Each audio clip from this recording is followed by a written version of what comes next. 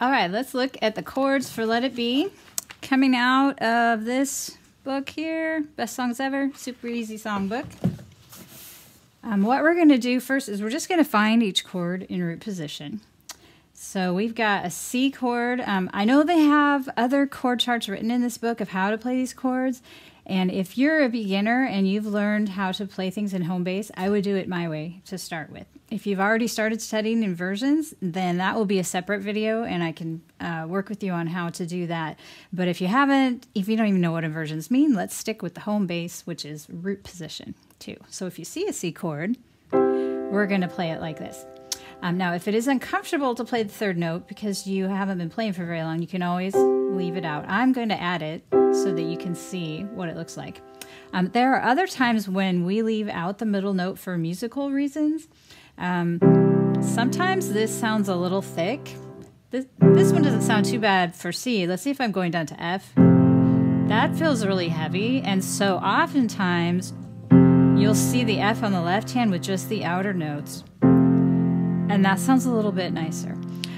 So this chord shell version that we learned at the beginning is also useful because when you play lower on the piano, that's how we end up playing it, even if you're more experienced. All right, so let's take a look. I'm going to play it up higher. C, E, G for the C. And then we've got a G chord. And then an A chord, A minor. And F. And those are the only 4 chords that we're going to play for this whole piece, all the way through. And then where you play it, whether you're playing it high or low, is going to depend on artist choice, how you want it to sound.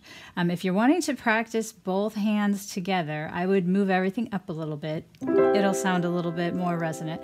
And the good reason for practicing both hands together is because you never know what you're going to be doing on the piano. Sometimes you might be playing accompaniment and singing. Sometimes you might be using your left hand to play with the right. And in that case, your left hand wants to be flexible. It wants to either use the middle note or not. And practicing it up here will make it sound just a little better. Okay, so those are all the chords in the entire piece. What I'm going to do is I'm going to show you a little bit of rhythm that you can add to this to make it more interesting. So what we're going to do is we're going to start with hands together, and then we're going to go right, left. And that's the pattern we're just going to copy. And so it fits in a measure 1, 2, 3, 4. But I'm going to talk hands together, right, left.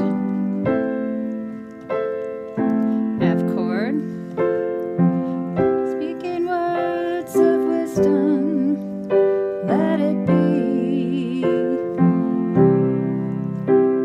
And in my hour of darkness, she is standing right in front of me.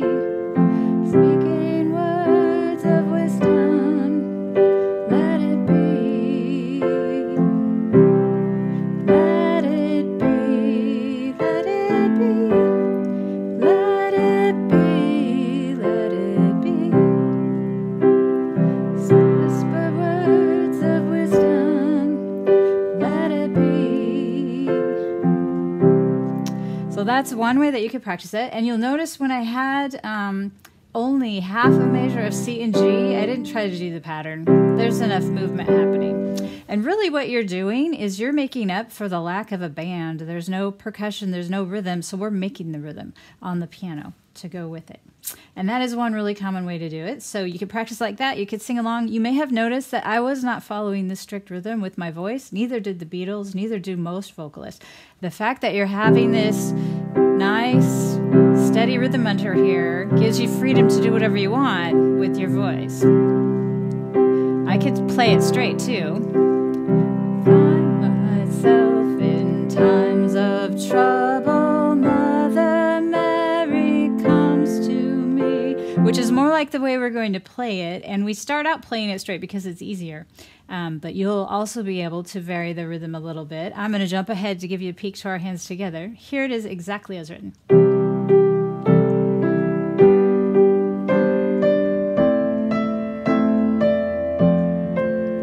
And that will be challenging enough if you're a beginner. But if you start to get bored and want to make it sound more like the Beatles, the key is to keep this steady and to let this sound more like the singer.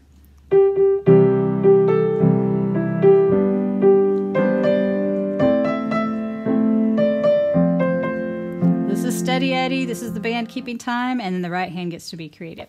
So that's a peek into something you might do in the future. So what I would do is work on these chords with both hands doing chords, sing along or play along with the drum machine until you can play it very easily. At the same time, start working on the right hand melody so eventually we can put them together. If you enjoyed this video, don't forget to hit the subscribe button so you'll never miss another tutorial or a piano book tour showing you what's inside. So have fun making music, and I will see you in the next video.